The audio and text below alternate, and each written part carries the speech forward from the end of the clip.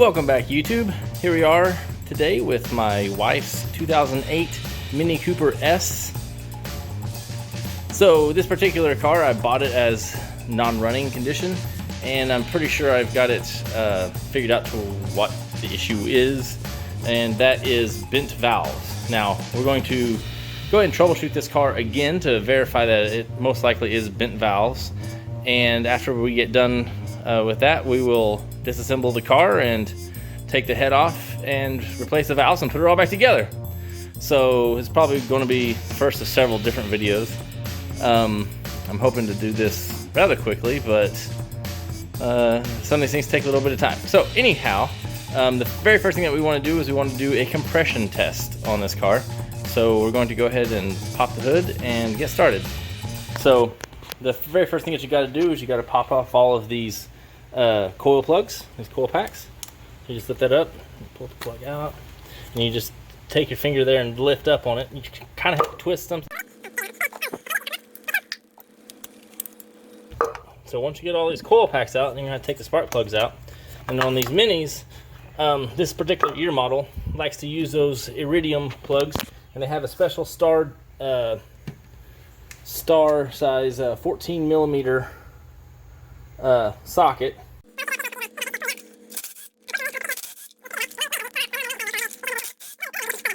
Oh, so the other thing that you need to remember is your compression test kit. So in this particular case, I've got a Pittsburgh compression test kit from Harbor Freight. Just a little 8-piece kit. I think it was like maybe 25, 30 bucks, something like that. If you keep it nice, it'll stay nice, right? So anyway, so we're going to use that here in a second. I'm going to have to go find a magnet to be able to get these plugs out of here. But once we get those plugs out of there, we can continue on. Here's our compression test kit. So we got our gauge, set that over there. We got the hose that we're going to use. And then you got to figure out which one of these matches up with your spark plugs. So the easiest way that I find to do that is to just kind of put them together and see which of those threads match perfectly. I've done this several times already, so I know that it's this guy. So I'm going to take him, we'll just go ahead and put him on there. And they only need to be hand tight. They have these handy dandy little O-rings on them. That will make everything airtight. So hand tight only on this whole thing. You don't want to over tighten anything on this. Okay, so the next part is to plug in this into your gauge.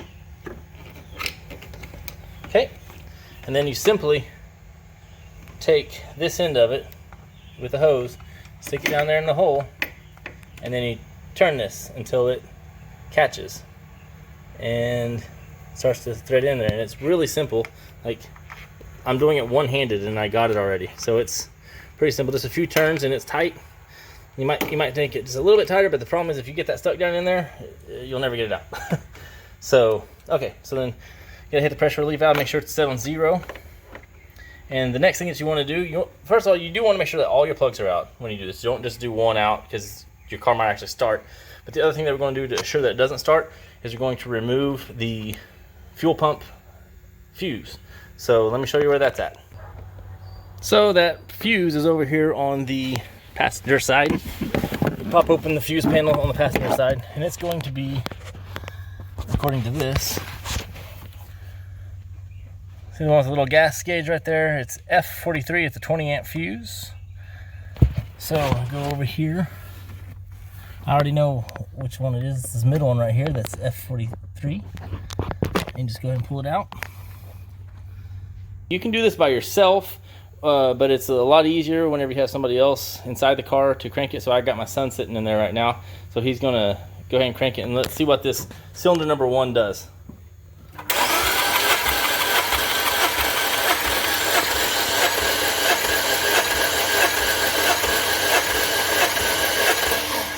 All right, so cylinder number 1 gives us about, what is that, 110, I guess? Yeah, I would say that's 110. So it gives us 110 PSI.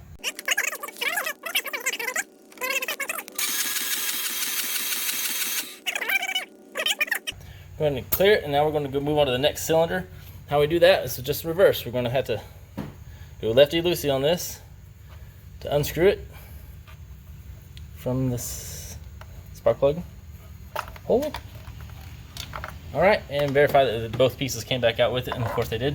Now I always like to make sure that the two pieces are still tied on each other, and they are, before continuing with the next one. All right, we're going to move on to cylinder number 2.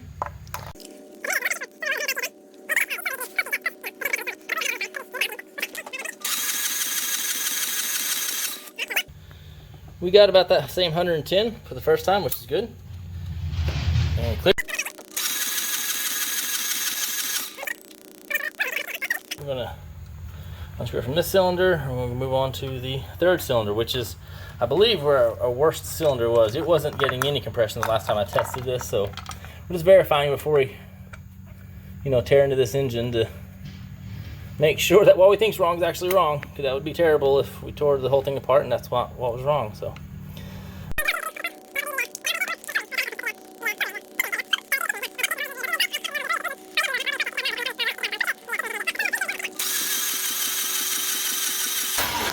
let's see what that adds up to.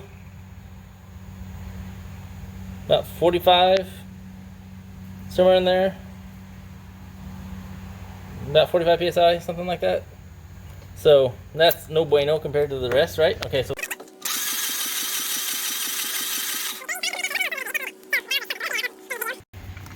now we're going to go over here to cylinder number 4.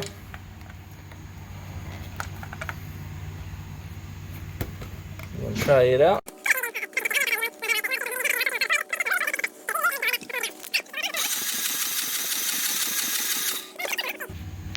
We got about, is that 97 or so? So it didn't do too bad. Cylinder number 3 is bad. Cylinder number 4 is not too shabby. I mean, I wish it were higher, but it's not too bad. So we definitely need to tear into this thing and check out the valves on cylinder number 3. So that's going to be on this next part of the video, coming right up. There is a YouTuber out there by the name of Eric the Car Guy. He is who gave me the confidence and motivation to be able to do this by myself. It is because of his video on him removing the exact same thing that I even wanted to do this. So go ahead and go over there and check out his video. I'll put a link to his video in this as well. So let's get right into this. And I did want to also mention that there's several different ways to go about taking this car apart. It all basically boils down to the same thing, that you got to take this whole front off, you got to move it forward, you got to take headlights off and stuff. So I'm just going to take stuff off randomly, however I feel like it, to get this car apart. So here we go. So one of the first things I like to take out first is the headlights. So you just got to push these retaining clips and pull this electrical connector off of it. And then it has 4 of these 10mm bolts going around the headlight, holding it in. And I believe on this car, they unfortunately have left off one right here. This one bolt is missing right here, so the headlight's already loose. So we can just go ahead and take the whole thing off. And then what you want to do is you want to go store it in a safe, secure location. Same story on this one, just pull the retaining clips on the electrical connector and simply work it back and take off the same bolts.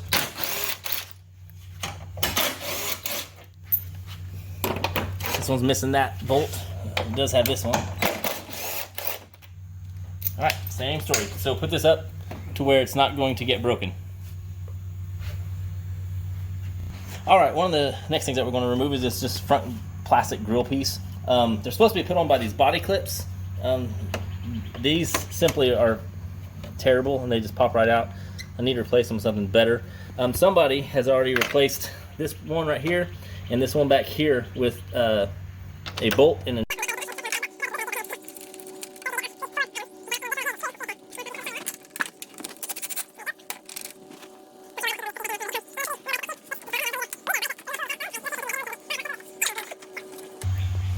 Okay, so figured out basically the way to do it.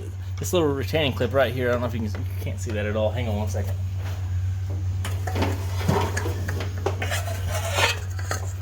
That little clip down there.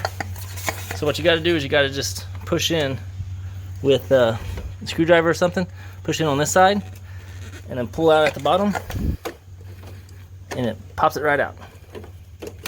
Like that. Do the same thing on the other side.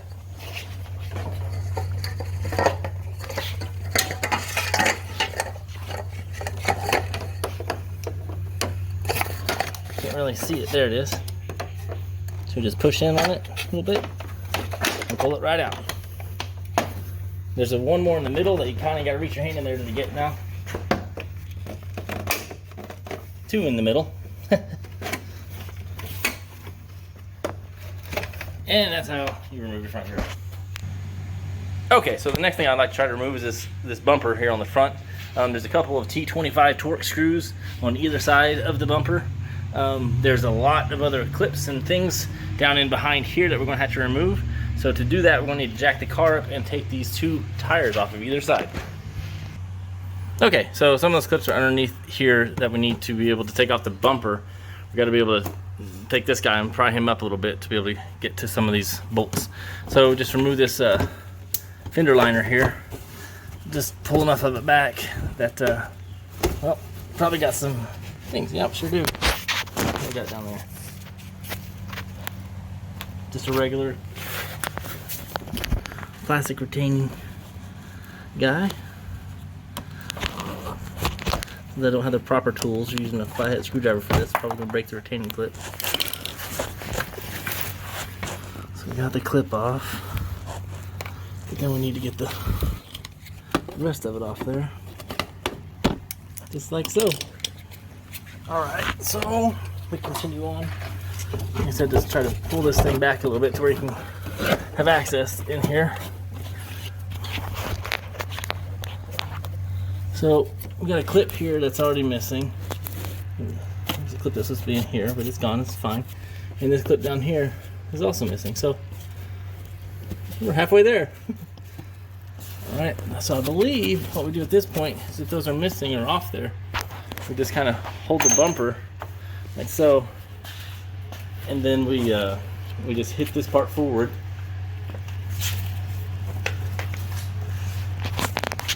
Just like so.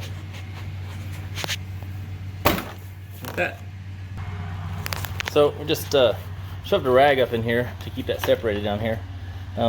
Pretty sure we'll have to pull this plug off here at some point in time.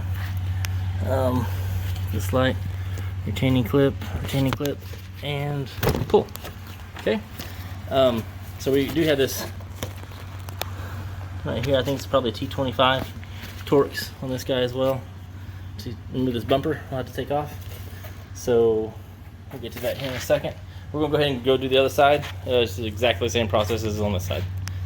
Okay, so to remove this bumper down here, there's several T25 star drives to remove. You got one on here, and one on either end, but there's a bunch of retaining clips and other things on the bottom of these bumpers that secure them. However, this one is completely loose. So when we put this car back together, we'll need to find some and put in here. But as for this, all we gotta do is take off those 4 T25 screws, bolts, and then remove some electrical connectors and we'll be good. So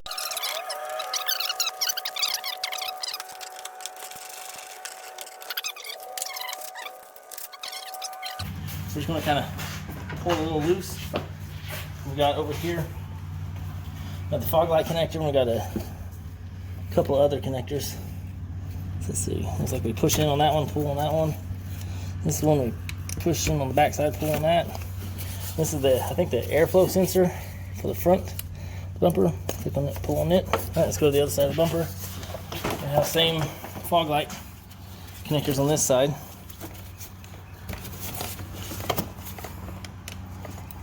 I do like these retaining clips on these minis. I think they're really handy. So there's our whole bumper taken off.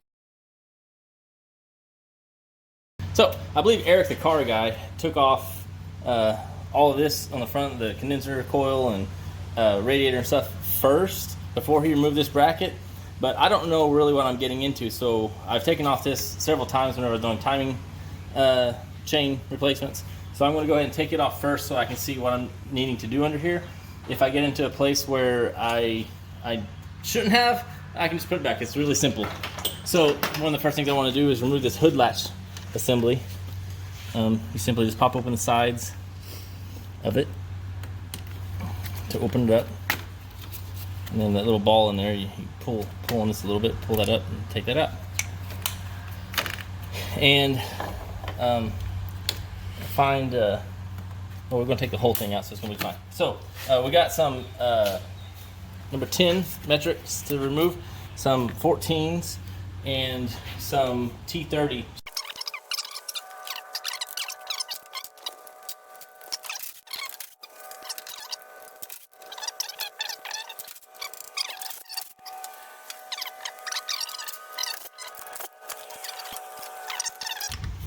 Get that piece off. Okay, so one of the things that I needed to do is I need to somehow remove this this air intercooler down here.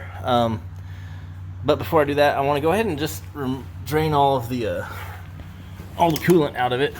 You know, my catch bucket down here. I know on Eric, the car guy's video, he actually got some handy dandy tools to be able to take these clamps off. I don't have those tools as of yet, so I'm going to have to use a pair of new nose pliers to hopefully try to get them off there. Let's see if we can even manage to even attempt to get them off there. Seems like it's coming a little bit. Get a better grip. Well, it came loose. So, I don't know if I can do that by hand right here. Or not. Might not be able to.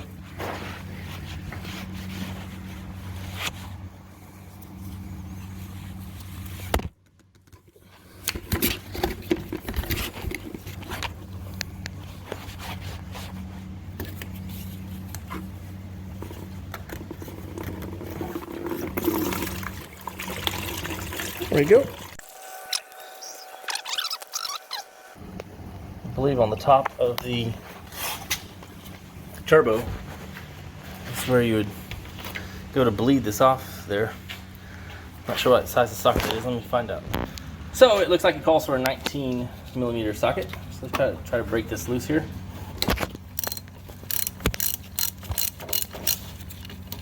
You should get a little airflow in there. There's a little bit more coolant drained.